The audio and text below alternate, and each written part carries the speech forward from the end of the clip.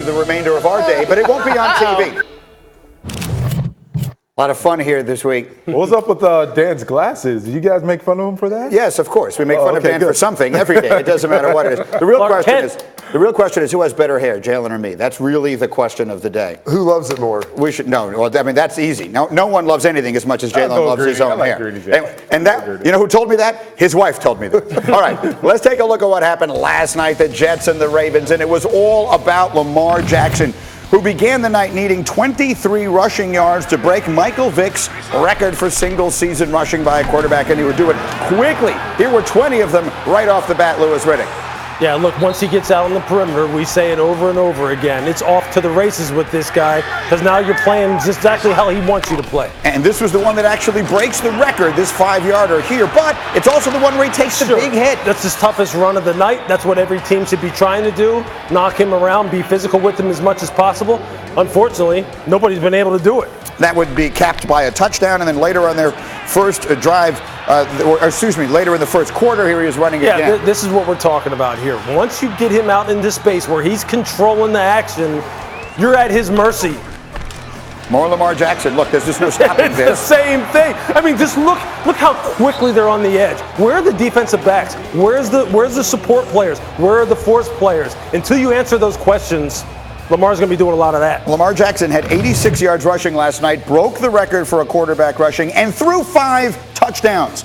And he drew the attention of a lot of people, including Tom Brady, who tweeted, "Me versus Lamar, 40-yard dash on natural grass, but he has to wear rollerblades. Who's buying the pay-per-view?" Lamar heard about it during his post-game press conference. Here was his reply.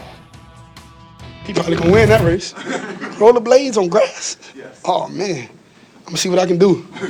Tom still got a little bit in him. I seen him. So, I mean, listen, passing Vick was not the only milestone that Lamar Jackson achieved yesterday. This season, he has rushed for more yards than Tom Brady has in his career. And as for who could win that race, since 2016, Brady has had 5 career rushes that have reached 15 miles an hour. Lamar Jackson has had 84 of them this year alone. I don't think that stat's even accurate because I don't know if he could even hit 15 miles an hour at any point in his life. At any point. 84 runs to 15. Tom, you're the GOAT, though. You're the GOAT, dude. Okay. Anything that makes Lewis laugh, I think, is phenomenal.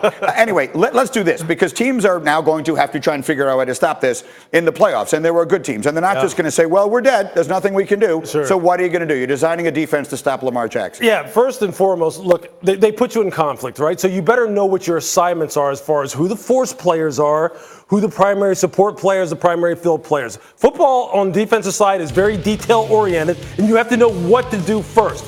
Number 2, get him turned back inside in the run game, which means this. Corners, guys who like to cover, you have to strap up, you have to put your mouthpiece in, and you have to get off blocks and hit this guy. Because if you don't, he's just going to step out of bounds, 15 yards, step out of bounds, 20 yards. You need to turn him back into guys like this, standing right here next to me. Linebackers who are running inside out, who are sitting there running like this. They're basically running like this. Please hold him up. Please hold him up. Please hold him up. Because when they get there, they want to put the hammer on him. If you don't do that, and you don't put him in 3rd and long, Bobby, it's over. No, you've got to do it. You got to stop the run, first of all. People talk about, him throwing. He's thrown 40 touchdown passes. We're going to put that on the back burner because he was only tackled on 2 of his 8 rushes. So you've got to find a way. So first of all, you have to play zone defense. You have to have every guy dropping, have his eyes back. Lewis hit on it. Corners the tackle. You have to turn him in, build the little dome, and force him into a funnel so that you have your linebackers and your D-line. And you got to tell them before the game, this is a 100% effort game for you. There is no los. You are running inside out every play because the spy is not going to work on this guy. I was able to get Michael Vick a couple of times, but that's not something you want to live with. And then lastly, look at Bobby talking to him. Well, I put it on you. When you tackle Michael Vick, that might be one of the calling cards of my career. But you have to pray for some inclement weather. And you look at what San Francisco and Baltimore like, hey, pray for the rain so he can't throw it on us so we can sell out to stop the run. Because a spy on him doesn't work because he does such a good time. Unlike Vick, Lamar Jackson right there, he would have looked at me. and then just throwing it over the top, and it would have been a touchdown. You have to make him a thrower. Now, people will say, well, look at what he's doing. You know why? Part of the reason why he's gashing people throwing the football is because they don't know what to do. Because now when they run play action, when he's in the pistol and he's riding that ball in there to Mark Ingram, what you see is the second and third level defenders sit there and go, did he hand it off? Is he pulling it? And once you hesitate that long, that's why Marquise Brown is standing back here going, throw it to me, I'm wide open.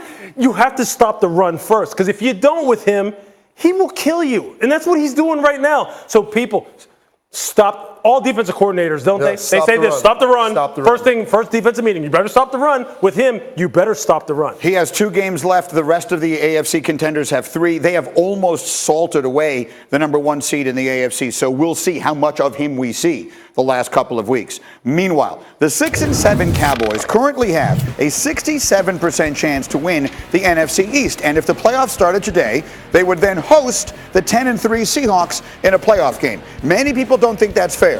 Among them, the Denver Broncos head coach Vic Fangio, who has this other idea. I don't think there should be divisions. I think you got 16 in each conference. Everybody should play each other once, and that's 15 games. Okay, and then if you want a 16th game, you play a natural rival from the other conference. Jets and Giants play every year. Eagles, Steelers, Texans, Cowboys, et cetera, play every year. And then keep it at 16 games. But you'll avoid the problem that's going to happen this year, where probably an 8-8 team is hosting a 12-4 team. So that's pretty radical, Coach. So he's saying no divisions, separate the teams into 2 conferences, you play all the other 15 teams and 1 non-conference rivalry game, and then you give the top 6 teams in each conference the 1 through 6 seeds. I will just put this, I guess, in the form of a question. What does everyone think of this idea? Right. You mean turning the NFL into Major League Baseball before interleague play? Like, baseball came out of the dark ages so that everybody could play. The fans could see it. The players could play each other. They've got friends. Like, those were some of the best games that you may only get to play them once every 4 years, but it's something that you look forward to on the schedule. And think of the best game this season, the Super Bowl preview, the San Francisco 49ers and Baltimore Ravens. Would you want to be cheated out of something like that? Like, that's a game that you want to see every season. Does anyone like the idea? I don't even want to spend a lot of time on this unless someone likes it. The idea is okay, but I agree with you, Bobby, and I look at it from the financial aspect, because that game rated very well. That game is what people are paying big bucks for, to watch those types of games. Look. Never going to get it. The idea is terrible. It's a terrible idea. Like it was on the old show, Mike and I used to have a thing. There's a big difference between changing something and tweaking something. The NFL situations that need to be changed, that would be completely throwing everything out. They could tweak it. I presented this week the Greeny rule. Not that complicated. Leave everything exactly as it is. Seed the teams exactly as they will be. Still reward the division champion with a playoff spot. But give home field advantage in the playoff to the team with the better record. Yeah, so if Dallas and Seattle wind up matching up, just play that game in Seattle. I hear what you're saying. The fans are arguing that they don't even deserve whoever wins that division doesn't even deserve a playoff. And I'm disagreeing with them. I'm disagreeing with that. Yeah. Maintain the sanctity of the division. Let the Cowboys or the Eagles wind up in the playoffs, but don't make the Seahawks play a road game against a team that won 6 fewer games. Greeny, I agree with you. Come on. There's one person that knows this better than anybody. We can call it the Greeny rule. It is the Greeny rule. You would like, let's say, the green alignment. Well, let's look at the NFC North, for example. You have a bunch of teams above 500 right there. You're still okay with a team above 500 going out of the playoffs. Correct. Because the Cowboys at 8-8 won their division? My plan would not change that. I don't love that. No, I'm saying, would you like that? You would still be okay with that? I like it. I don't want to make that fundamental of a change, because it happens once every now and again. I understand that's an imperfect situation, but I still think there should be something to winning your division. Here's the thing. The only person that has any room to ask and talk about this at the table is the guy in 2010. You were on the team. Who was part of the Beastquake. I was up trying in New Orleans, to avoid went up to Seattle. Did Marshawn Lynch run over you on that play? He did not run me over. You see my face. No, that'll never happen. No. Right, he did not run me over. But yes, they got the best of us. So when we were 11-5, we went up there and they were 7-9. You'd much rather have played that in the Superdome. Can we move on, please, to the next subject? I don't want to have this bad memory. Okay, I'll move on to this. Coming up on Get Up, Aaron Rodgers has been so good for so long that it is going to pain me to have to tell you something about him I would never have imagined I needed to say, but we will coming up next. And then one of our analysts has a bold prediction about Patrick Mahomes and the Chiefs that the fans in Kansas City are not going to like. All those and more on the way. Get up.